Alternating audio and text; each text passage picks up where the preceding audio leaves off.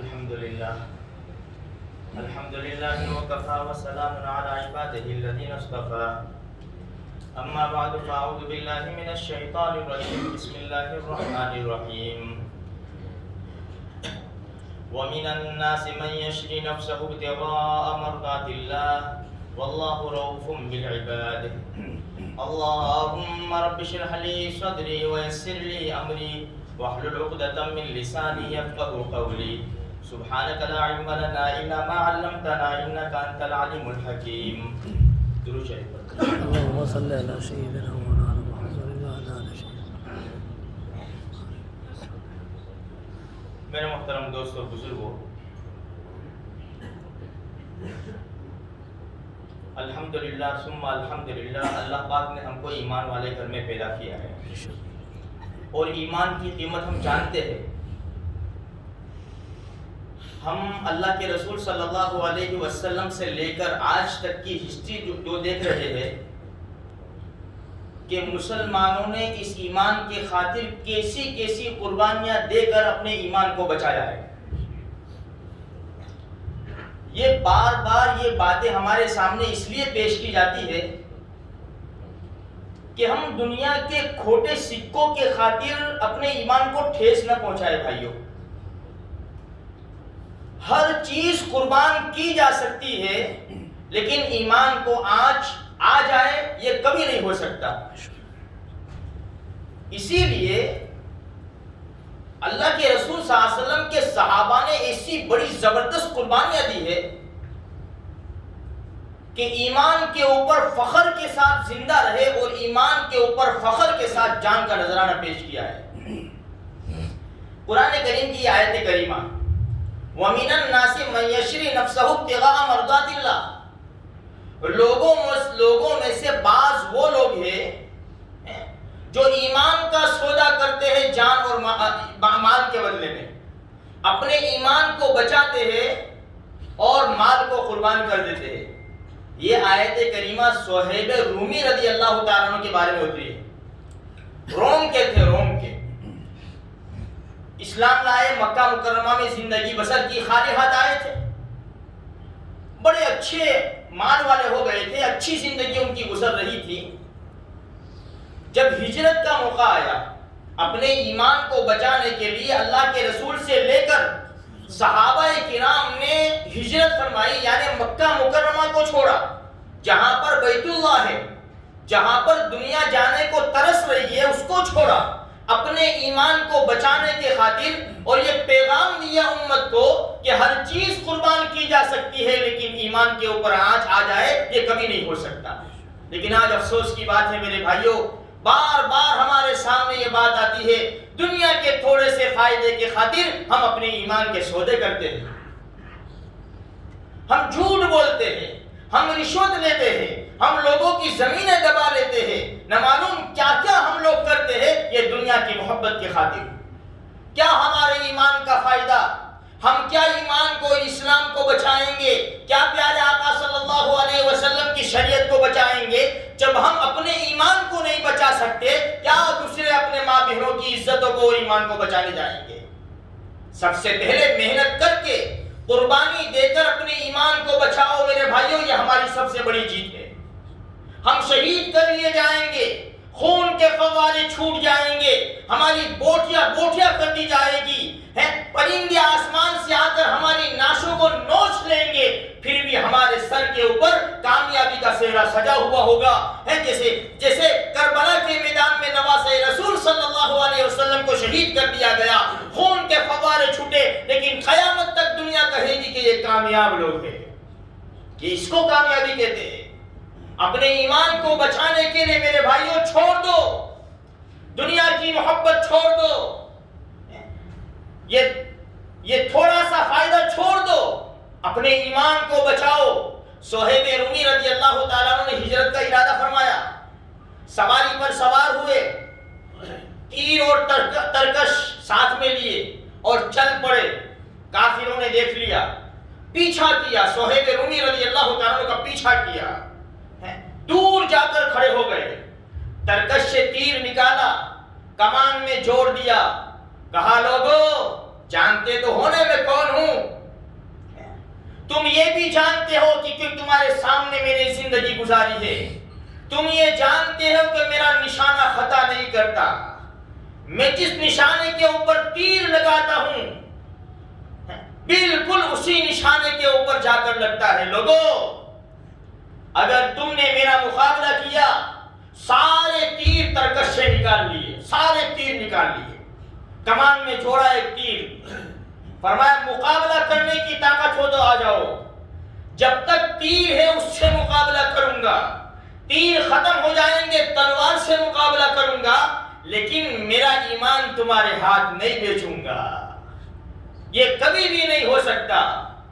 ہاں ایک بات ہو سکتی ہے، اگر تم کو میرا مال مطلوب ہے، جیسے تم نے کہا نا صہیب خالی ہاتھ آیا تھا، ابھی تو بہت زیادہ مال ہو گیا ہے، ہم تجھے ایسے نہیں جانے دیں گے، تو صہیب رضی اللہ تعالیٰ نے فرمایا ٹھیک ہے تمہیں مال کی لالچ ہے، میرا مکہ مکرمہ میں فلا فلا فلا فلا جگہ مال ہے، جاؤ لے لو تم۔ کافروں نے کہا ٹھیک ہے، دنیا دار تھے، دنیا کے کتے تھے، انہوں نے مال کو سمیٹ لیا اور ان کا راستہ چھوڑ دیا، یہ چلے ہواؤں سے باتیں کرتے ہوئے اپنی سواری کو مدینہ منورہ کے راستے پر دوڑا دیا، اس لیے کہ آقا کی خدمت میں جانا تھا نا، آقا کی خدمت میں جانا تھا، سب کچھ قربان کر کے جب مدینہ منورہ میں داخل ہوئے، ابو بکر صدیق رضی اللہ تعالیٰ عنہ ملے، فاروق اعظم رضی اللہ تعالیٰ عنہ ملے، ابو بکر صدیق رضی اللہ فرمایا بڑا اچھا سودا کیا ہے، نفع میں کھوٹ نہیں ہے، بڑا اچھا سودا کیا، سمجھے نہیں صہیب رومی؟ فرمایا ابو بکر رضی اللہ تعالیٰ، ابو بکر تم بھی تو ایسا ہی بزنس کرتے ہو، تمہیں بھی الحمدللہ کھوٹ نہیں جاتی، تمہیں بھی نفع ملتا ہے؟ نہیں، جو ابھی تم مشرکین مکہ سے سودا کر کے آئے ہیں، اللہ نے آسمانوں سے دیکھا اور اپنے نبی کو خوشخبری سنائی اور تمہارے بارے میں یہ آیت کریمہ نازل ہوئی، وَمِنَ النَّاسِ مَن يَشْرِي نَفْسَهُ ابْتِغَاءَ مَرْضَاتِ اللَّهِ، جو اللہ کی رضامندی کے خاطر اپنی جان اپنے ایمان کا سودا کرتے ہیں، یہ مال کے بدلے میں تم نے مال دے دیا اور اپنے ایمان کو بچا لیا، یہ اللہ کو سودا بہت پسند آیا، اپنے نبی کے اوپر قرآن اتار دیا، آتے ہیں اللہ کے رسول کے پاس آتے ہیں، اللہ کے رسول بھی انہیں خوشخبری سنا دیتے ہیں۔ مال تو ہاتھ کا میل ہے، مال جائے گا واپس آ جائے گا، جان تو ایک دن جانی ہے اور موت سے پہلے کل دنیا کی کوئی طاقت ہمیں مار نہیں سکتی، ہم کیوں موت کے ڈر کے خاطر اپنے ایمانوں کا سودا کر دے، اپنے اسلام کا سودا کر دے، اپنے مسلمانوں کا سودا کر دے، اپنے پیارے نبی کی شریعت کا سودا کر دے، قرآن کا سودا کر دے، یہ سارے سودے ہو جائیں گے۔ یاد رکھنا، اگر ایک ایمان کی شاخ کے اوپر کسی نے سودا کیا تو ساری شاخیں اس میں لپیٹے میں آ جائے گی اور کل قیامت کے میدان میں مجرم بن کے کھڑا کر دیا جائے گا۔ یہ ہے سارا مال دے دیا، اپنے ایمان کو بچا لیا، بڑی قربانیاں دی، ہم کیا قربانیاں دیں گے میرے بھائیوں؟ اس لیے واقعات سنائے جاتے ہیں تاکہ ہمارے دل کو جھنجھوڑا جائے۔ مسلمانوں، تم کوئی دوسری قوم نہیں ہو، تم تو ایسی قوم ہو جو دنیا کے اوپر سکہ جمائے بیٹھی ہے، جو دنیا کے اوپر روب ڈالتی ہے، دنیا تمہارے خاطر چل رہی ہے۔ یہ بڑے بڑے مشرکین، بڑے بڑے یہودی اور جتنی بھی بڑی بڑی ایجنسیاں چلتی ہے، اے مسلمانوں تمہارے لا الہ الا اللہ محمد رسول اللہ کہنے کی وجہ سے چلتی ہے۔ جب تک تم لا الہ الا اللہ کہتے رہو گے یہ دنیا کا نظام چلتا رہے گا، جب ایک بھی دنیا کے اندر لا الہ الا اللہ کہنے والا باقی نہیں رہے گا، یہ ساری ایجنسیاں ملیاں میٹ ہو جائے گی۔ اپنی قیمت کو سمجھو، ہم غلام نہیں ہیں، ہم غلام نہیں ہیں، ہم روپیے پیسوں کے غلام نہیں ہیں، ہم عہدے کرسی کے غلام نہیں ہیں، ہم تو محمد رسول اللہ صلی اللہ علیہ وسلم کے غلام ہیں۔ ہم کریں گے وہ جو ہمارے لیڈر کہیں گے، ہم چلیں گے ایسا جہاں ہمارے لیڈر کہیں گے، ہم وہاں مال لگائیں گے، وہاں جان لگائیں گے جہاں ہمارے لیڈر کہیں گے۔ ہمارے لیڈر کہیں گے جاؤ فلاں طاقت سے ٹکرا جاؤ، ہم یہ نہیں سوچیں گے کہ دنیا کی سپر پاور ہے، ہم تو یہی دیکھیں گے کہ میرے آقا نے کہا، میرے لیڈر نے کہا، امام الانبیاء نے کہا جاؤ ٹکرا جاؤ، ہم ٹکرا جائیں گے۔ اگرچہ نہتے ہوں گے، کمزور ہوں گے، لیکن نبی کی بات کو رکھیں گے اللہ تبارک و تعالیٰ غیب سے ایسی مدد فرمائے گا جیسے فلسطین بھائیوں کی مدد فرمائی ہے۔ قربانی دینی پڑے گی۔ جنگ قادسیہ ایک بات سناؤ، سن ہجری 16 میں ہوا، بہت بڑی لڑائی تھی، یہ دشمنوں کے ساتھ بہت بڑی لڑائی تھی، کئی سالوں لڑائی چلی، مہینوں نہیں کئی سالوں لڑائی چلی۔ تاریخ بڑی بھری پڑی ہوئی ہے تاریخ واقعات سے، اس میں سے ایک واقعہ اٹھاتے ہیں کہ جس طرح مرد لوگ اللہ کے راستے میں جان دینے کے لیے پیش تھے، اسی طرح ان کی عورتوں کا بھی ایسا ایمان بنا ہوا تھا۔ ایک عورت کا نام آتا ہے حضرت خنسا رضی اللہ تعالی عنہا، جن کے 4 بیٹے تھے، 4 بیٹے۔ دشمن نے للکارا تھا، کھانے کے لیے دسترخوان پر بیٹھے، بیٹا اچھی طرح کھاؤ، اپنے آپ کو مضبوط بناؤ، بیٹا یہ تمہاری ماں نے کبھی تمہارے ماموں کو رسوا نہیں کیا، بیٹا کبھی تمہاری ماں نے تمہارے باپ کی زندگی کے اوپر داغ نہیں لگایا۔ اماں کہنا کیا چاہتی ہو تم؟ بیٹا جب تک کنواری تھی کسی نے میری عزت کے اوپر ہاتھ نہیں ڈالا کہ تمہارے ماموں کی رسوائی ہو جائے۔ جب تمہارے باپ سے نکاح کیا میں نے تمہاری باپ کی عزت کا خیال کیا۔ تم ایک ہی باپ کی اولاد ہو، ایک ہی پیٹ سے نکلے ہو، اور ایک ہی رحم نے مادر رحم تمہیں جنم دیا ہے، تم ایک ہی ماں باپ کی اولاد ہو، تم غلط نہیں ہو۔ ہاں تو اماں بیٹا دشمنوں سے ٹکرانا ہے، دشمنوں نے للکارا ہے، پیارے آقا صلی اللہ علیہ وسلم کی شریعت کو مٹانا چاہتے ہیں، بیٹا وہ اللہ کے لائے ہوئے پیارے نبی کا دین کچلنا چاہتے ہیں، بیٹا کل میدان کارزار گرم ہوگا، گردنیں کٹ کٹ کر گرے گی، خون کے فوارے اڑیں گے، گھوڑوں کی ہنہناہٹ ہوگی اور تیروں کی سنسناہٹ ہوگی اور تلواروں کی جھنکار ہوگی، آوازیں لگائی جائے گی، بیٹا ایک ایک کر کے جانا، میں تمہیں اپنی دودھ کا واسطہ دیتی ہوں۔ کل قیامت کے میدان میں جب اعلان ہو کہ شہیدوں کی ماں کھڑی ہو جائے، بیٹا کل قیامت کے میدان میں میرا سر فخر سے بلند ہو جائے گا کہ یہ کون ہے؟ کہ 4 شہیدوں کی ماں ہیں۔ بیٹا گھستے چلے جانا اور دیکھنا کافروں کے سرداروں کو پکڑنا، بیٹا ان سے مقابلہ کرنا، اپنی جان کی پرواہ نہ کرنا۔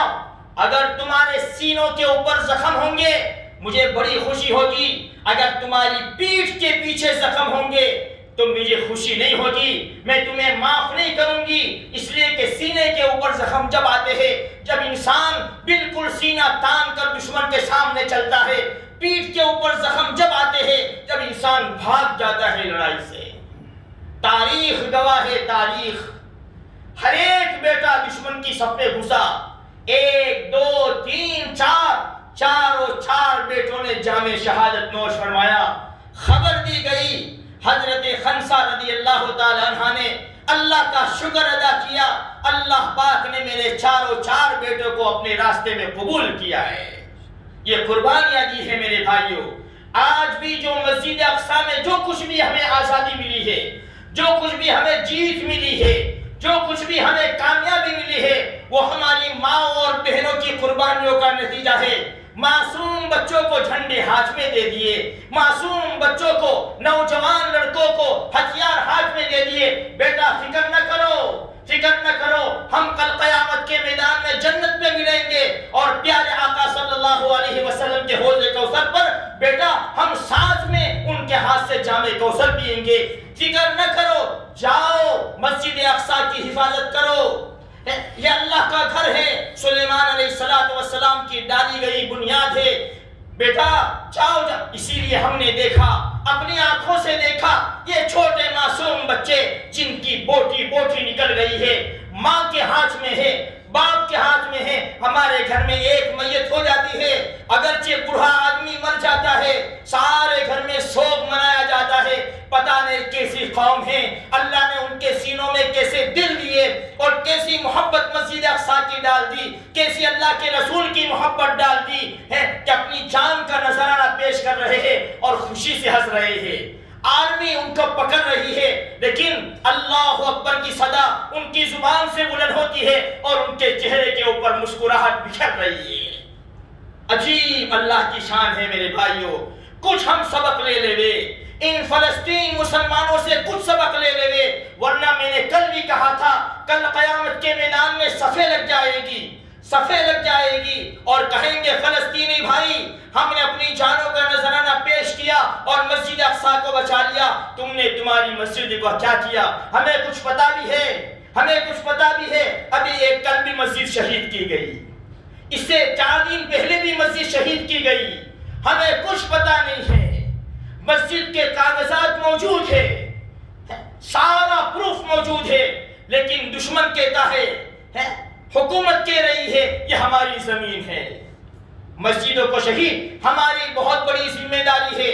اگر ہم نے نمازیں پڑھ کر اپنی مسجدوں کو آباد نہیں کیا، اگر خدا نہ کرے دشمنوں نے پابندیاں لگائی تو سب سے بڑے ذمہ دار ہم ہوں گے۔ اس لیے ہمارے لیے ضروری ہے میرے بھائیوں کہ اللہ تبارک و تعالیٰ کے واسطے آ جاؤ، دین کے اوپر آ جاؤ۔ نوجوانوں کی بہت زیادہ ضرورت ہے، دشمن للکار رہا ہے۔ ہم کیا سمجھتے ہیں یہ فلسطین میں لڑائی بند ہو گئی؟ اس سے پہلے بھی کہا تھا دشمن بڑا مکار ہے، بڑا چالاک ہے، بڑا عیار ہے، دھوکہ باز ہے۔ اس لیے ہم دعائیں کرتے رہے اپنی مساجد کی، اپنے محلوں کی، اپنے مسلمانوں کی، ماں بہنوں کی عزت، ہماری فکر ہمیشہ یہی رہے ہم کس طرح اپنے معاشرے کی، اپنے مسلمانوں کی مساجد کی حفاظت کرتے ہوئے جو باہر کے ملکوں کے لوگ ہیں ان کا کیسا انتظام کیا جائے۔ ہمیں صرف سوچنا ہے۔ یہ سوچ کے اوپر اللہ وہ فیصلے کرے گا جو قیامت کے میدان میں ہم کو پتا چلے گا کہ یہ کون سی نیکیوں کے بدلے میں ہمیں ثواب دیا جاتا ہے۔ اللہ تبارک و تعالیٰ کہیں سنی باتوں کے اوپر ہمیں عمل کرنے کی توفیق عطا فرمائے۔ وآخر دعوانا الحمدللہ رب العالمین۔ عرفان بھائی کی شفا کے لیے بڑی دعا کریں، سارے مسلمانوں کی شفا کے لیے دعا کریں، اللہ سب کو شفا کلی نصیب فرماوے اور یہ مصیبت کو اللہ پاک دور فرماوے۔